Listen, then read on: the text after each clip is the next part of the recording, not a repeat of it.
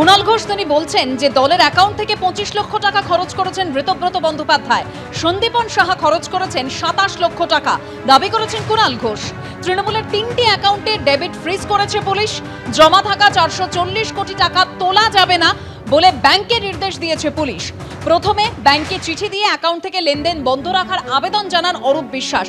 Bidhannagar cyber crime থানায় দ্বারস্থ হয় ঋতব্রত শিবিরও।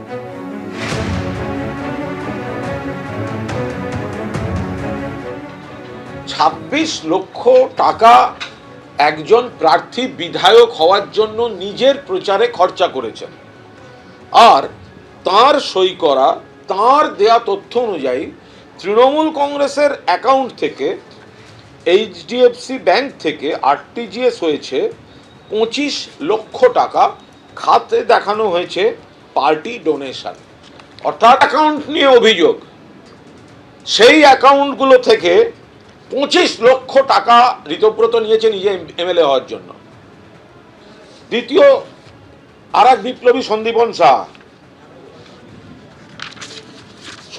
সাহা মোট খরচা করেছেন, তাঁর এফিডেভিটে তাঁর সই করা আছে 27,01,372 টাকা গ্র্যান্ড টোটাল।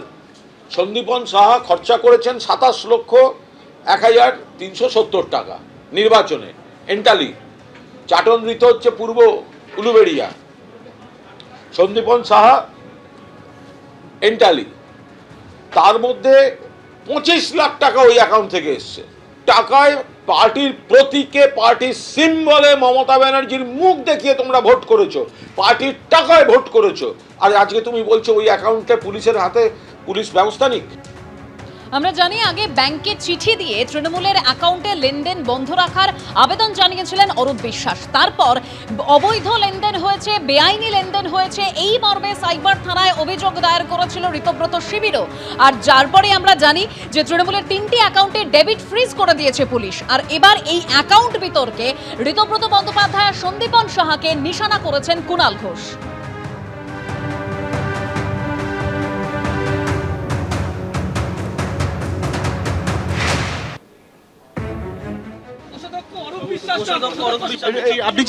আমি এই বিষয়ে কোনো মন্তব্য করবো না। আমি বলেছি কদিন সুভাষিস চক্রবর্তী বলা হচ্ছে, কোষাধ্যক্ষ তো সুভাষিস চক্রবর্তী। এটা কদিন পরে কোষাধ্যক্ষ হিসাবে আপনি যে চিঠি পাঠিয়েছেন সেই চিঠি কেন পাঠালেন, এবং বলা হচ্ছে সুভাষিস চক্রবর্তী। এই বিষয়ে কদিন পরে কথা বলবো, তার আগে কোনো কথা বলবো আমি কোনো কথা এই বিষয়ে বলবো না। বলা হচ্ছে কোষাধ্যক্ষ সুভাষিস চক্রবর্তী, এই বিষয়টা তো অন্য বিষয়। কতগুলো এই বিষয়টা পরে বলবো বললাম। আপনি যে অ্যাকাউন্টের বিষয়টা বলেছেন, আমি সবকিছুই সঙ্গে আছি।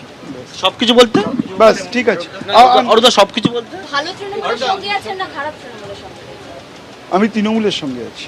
এবার এই অ্যাকাউন্টগুলোতে যে ডাকাতির টাকা, কাটমানির টাকা, দুর্নীতির টাকা যে ঢোকেনি, তাই বা কে গ্যারেন্টি দেবে? সুতরাং অরূপ বিশ্বাস যে চিঠিটা দিয়েছেন, সেই চিঠিটার মধ্যে তো সারবত্তা রয়েছে, এবং তার সঙ্গে আমার মনে হয় যে অ্যাকাউন্টগুলো ফ্রিজ করা এই জন্য দরকার, কারণ এই কাটমানির টাকাও যে সেখানে ঢোকেনি সেটাই বা কী করে প্রমাণ হবে? সুতরাং তদন্তের স্বার্থে তো আমি এটা দেখেছি, আমি চিঠিটাও পড়লাম, সংবাদ মাধ্যমে চিঠিটা দেখেছি।